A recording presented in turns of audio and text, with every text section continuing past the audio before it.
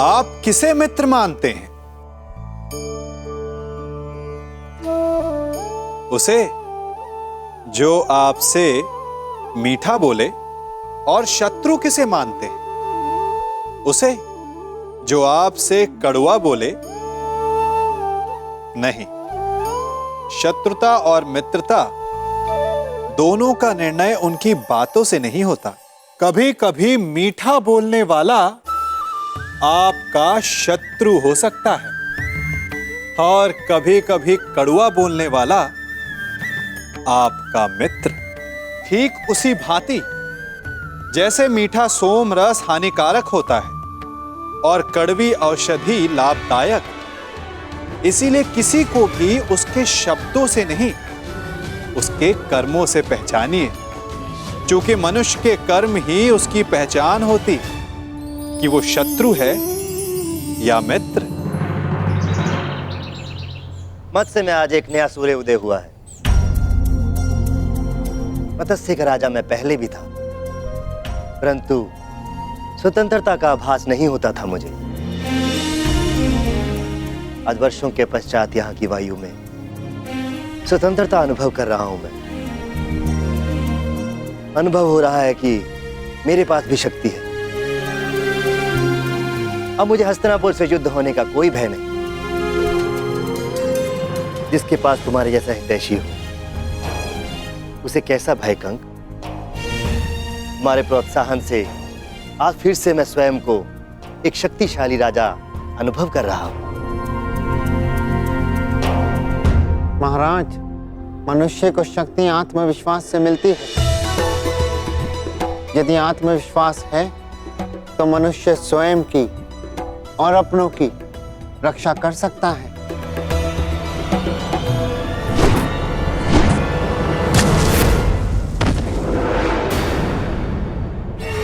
सावधान, आक्रमण हुआ है। तुम्हारा भाई उचित था कंक। प्रतीत होता है कि हस्तिनापुर ने आक्रमण कर दिया। हस्तिनापुर ने बिना चेतावनी के आक्रमण कैसे कर दिया? महाराज, विगत नरेश सुशर्मा ने आक्रमण किया है। सुशर्मा, इतना साहस? तुम्हें पराजित होना होगा। चलो, सेना और प्रजा को सावधान कर दो। सब युद्ध के लिए तत्पर हैं।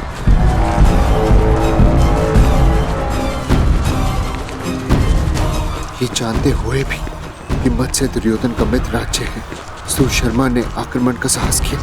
ये तब तक संभव नहीं जब तक उसे किसी बड़ी शक्ति का समर्थन प्राप्त ना हो। इसका अर्थ ये सब दुर्योधन ने करवाया।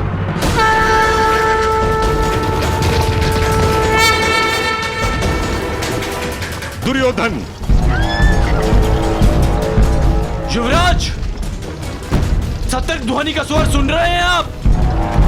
हमें उन्हें बताना होगा कि हम मत्स्य पर आक्रमण करने नहीं आए। हमें केवल पांडव चाहिए।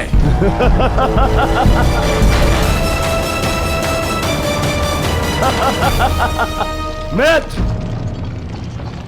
उनका सतर्क होना स्वाभाविक है, क्योंकि विराट पर आक्रमण हो चुका है।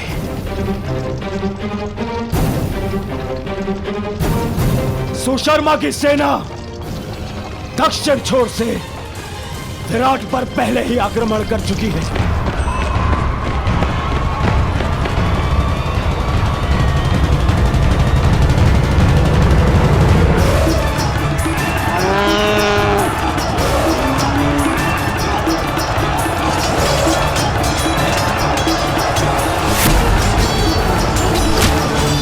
इस योजना के विषय में हमें बताना तुमने उचित नहीं समझा दुर्योधन। मैं हस्तिनापुर का युवराज हूं। मुझे अपनी हर एक योजना सबको बताने की आवश्यकता नहीं है। आज पांडवों के अज्ञातवास का अंतिम दिवस है।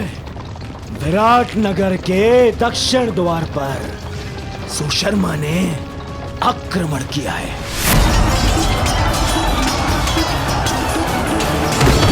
उनका सारा ध्यान विराट के दक्षिण द्वार पर होगा और हम उत्तर दिशा से आक्रमण करके पांडवों को वहीं घेर लेंगे। ये नीति के विरुद्ध है। जो राज्य पहले से ही युद्ध में व्यस्त हो उस पे इस प्रकार आक्रमण करना छल है। ये छल नहीं है, क्योंकि सुशर्मा हस्तिनापुर का ही सहयोगी है। मुझे किसी भी मूल्य पर उन पांडवों को सूर्यास्त से पूर्व पकड़ना है।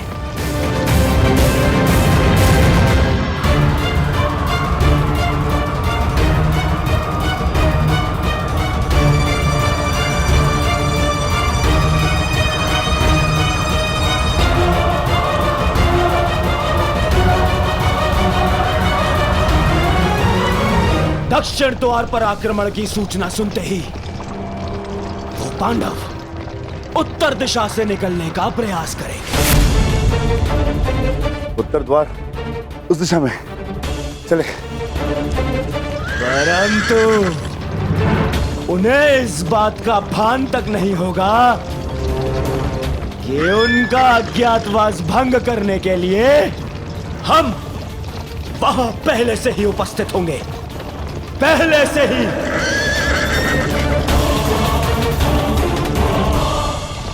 दुर्योधन अपने साथी, महारथी और सेनापति को इस प्रकार योजना से अवगत न रखना असम्मान माना जाता है और इस प्रकार से छल करके आक्रमण करना अधर्म।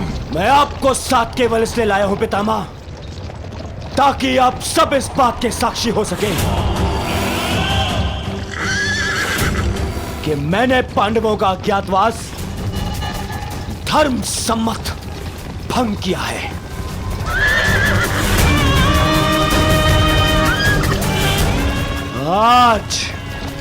आज वो पांडव यहां से यहीं से वन में जाएंगे अगले 12 वर्ष के वनवास के लिए।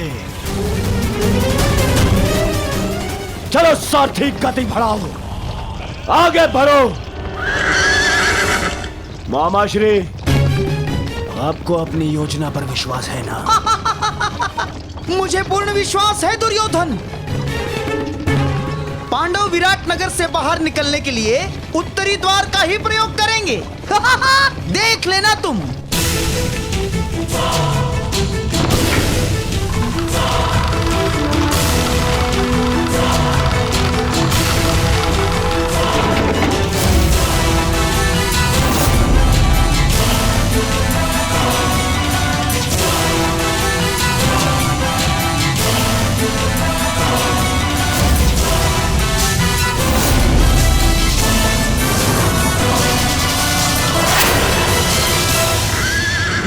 गति बढ़ाओ सारथी, आगे बढ़ो।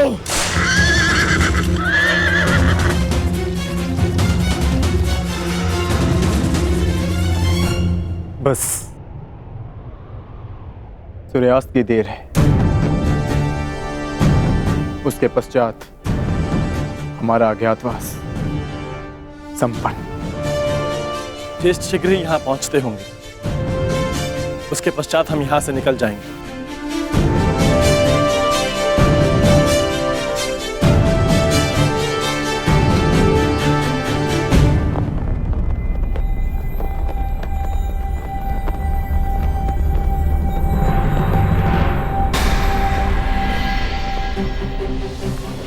मत्स्य ध्वज को हटाया जा रहा है। हमें शीघ्र ही यहाँ से प्रस्थान करना होगा।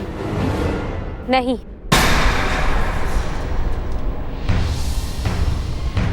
हम नहीं जाएंगे।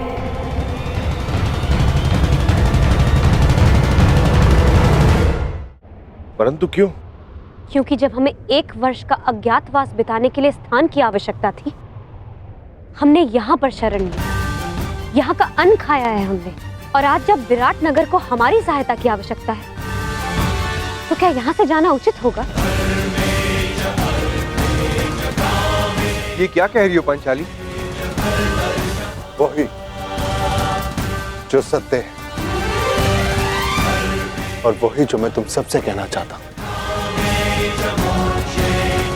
यदि विराट नगर में हमें छिपने का स्थान नहीं मिलता, तो अब तक हम सब पकड़े जाते और फिर से वनवास काट रहे होते। ये समय विराट राज का ऋण चुकाने का। परंतु ज्येष्ठ, उन्होंने हमें पहचान कर सहायता नहीं की थी, उन्होंने हमें काम पर रखा। तो इस नाते वो हमारे स्वामी हुए और बिना उन्हें सूचित किए हमारा यहां से जाना भी अधर्म है। धर्म? इसी धर्म के कारण हमें द्यूत में हार मिली। इसी धर्म के कारण आपने फिर से द्यूत खेला। परंतु अब नहीं ज्येष्ठ, केवल एक बार हमारी बात मान लीजिए। पांचाली के खुले काले केशों को देखिए, उस प्रतिज्ञा का स्मरण कीजिए जो हम सबने मिलकर ली थी। अज्ञातवास पूर्ण होने के पश्चात हम विराट नगर को फिर से मुक्त करा लेंगे ज्येष्ठ। परंतु उस कलंक से स्वयं को कैसे मुक्त करेंगे आर्य? कि अपने सहायक को संकट की घड़ी में अकेला छोड़ाए हम? यदि जाना है तो जाकर एक बार विराट राज से कह देते। उनको बताना पड़ेगा कि हम पांडव, वीर पांडुपुत्र कायरों की भांति जा रहे हैं।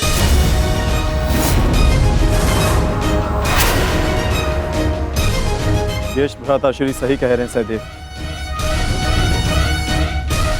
यही समय है, अपने शस्त्रों पर आई धूल हटा ली जाए।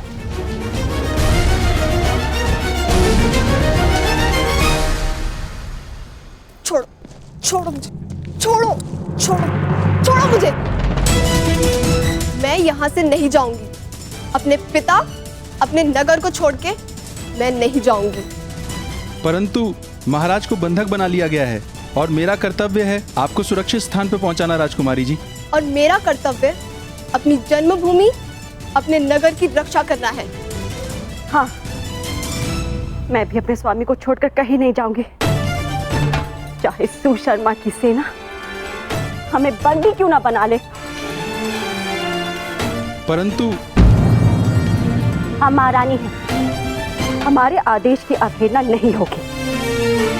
देखा सहदेव, एक बालिका युद्ध के लिए प्रस्तुत है, एक महारानी अपने बलिदान के लिए तत्पर है, और हम यदि योद्धा होकर भी उनका साथ ना दे पाए तो भले ही हम इंद्रप्रस्थ पालें, परंतु कभी भी अपनी आंखों में देख पाने का साहस नहीं कर पाएंगे। आप उचित कहते हैं ज्येष्ठ। अब चाहे 12 वर्ष वनवास में और क्यों न रहना पड़े, हम यहां से नहीं जाएंगे।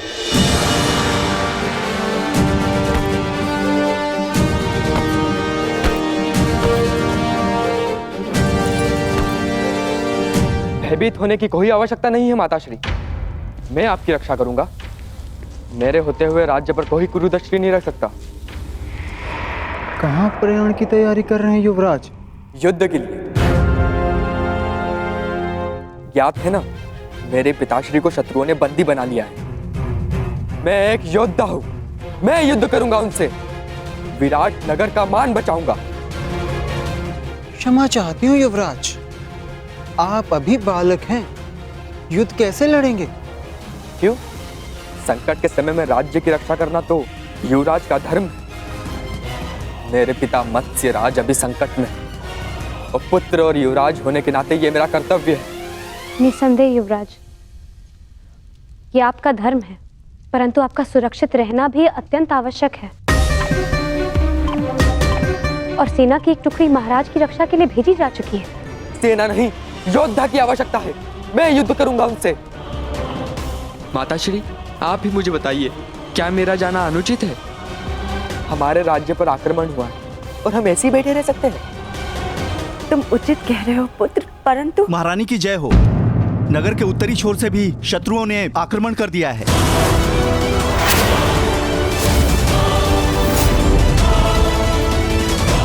सुशर्मा ने तो दक्षिण दिशा से आक्रमण किया था, उत्तर से किसने आक्रमण कर दिया?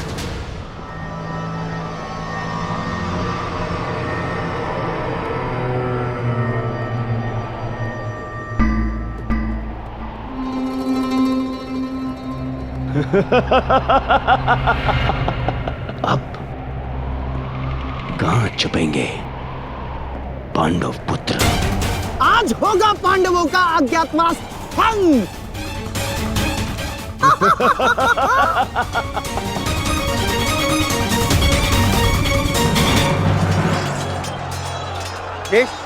ये तो मवेशी को ले आ रहे हैं। विराट की संपत्ति की रक्षा करना भी हमारा कर्तव्य है। आगे दीजिए ज्येष्ठ।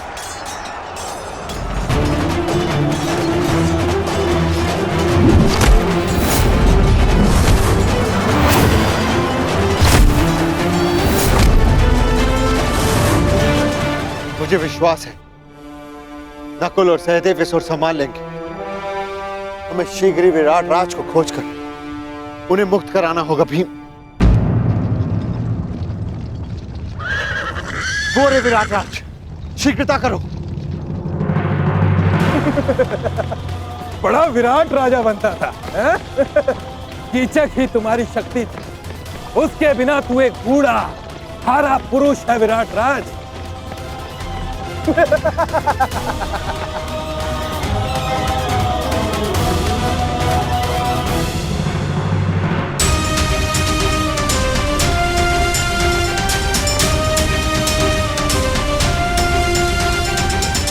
उत्तर ने अपने पिता को इस अवस्था में नहीं देखा। यह श्रेयस्कर हुआ, परंतु सुशर्मा के पुत्र उसे जिस अवस्था में देखेंगे भूल नहीं पाएंगे, क्योंकि मैं सुशर्मा के प्राण ले लूंगा। सावधान भीम, संभल कर प्रहार करना। तुम्हारी शक्ति से तुम्हारी पहचान हो सकती है, संभल कर।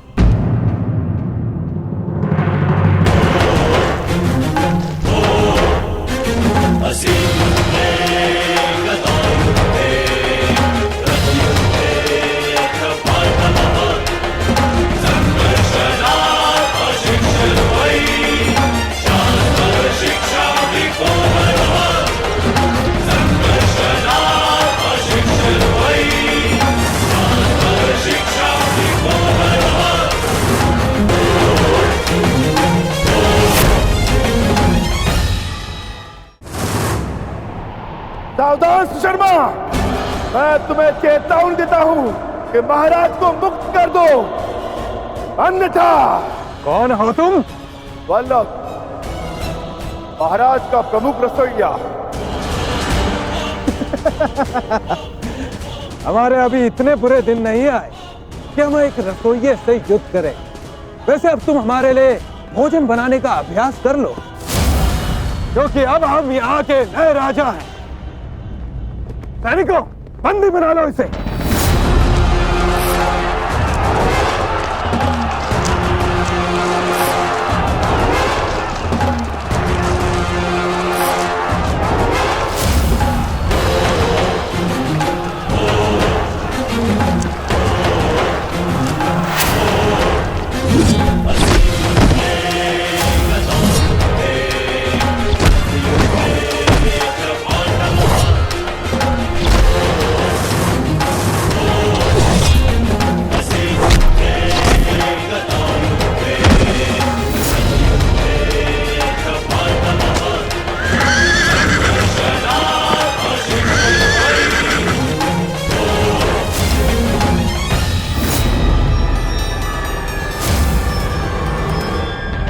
हे ईश्वर, दुर्योधन, महाबली भीष्म और अंगराज कर्ण जैसे महारथियों का सामना कैसे करेगी हमारी सेना?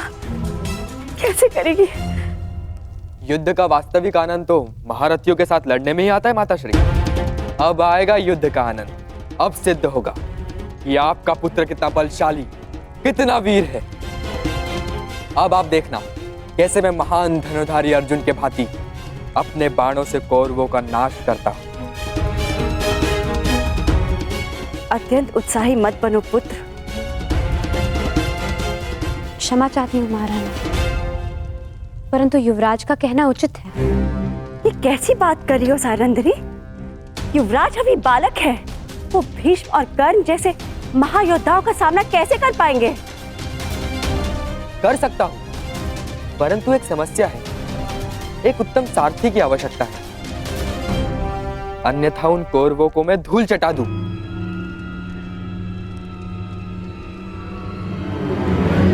प्रतीक्षा किस बात की युवराज? आगे बढ़िए। क्या? मैं बताती हूँ महारानी। बृहनला कुमार की सारथी बनकर जाएगी। क्या? बृहनला एक किन्नर मेरी सारथी बनेगी? अरे ये नृत्यशाला नहीं, युद्ध भूमि है, युद्ध भूमि। वीणा की तार और अश्वों की रास में बहुत अंतर होता है। वहां मृत्यु तांडव करती है। सैरंद्री, तुम इतना मूर्खतापूर्ण सुझाव कैसे दे सकती हो? कुमार, आपने महान धनुर्धर अर्जुन का नाम लिया। इसी कारणवश मैंने बृहनला को आपकी सारथी बनाने का सुझाव दिया, क्योंकि एक समय पर बृहनला अर्जुन की सारथी रह चुकी है। क्या? ये अर्जुन के सारथी? विश्वास नहीं होता।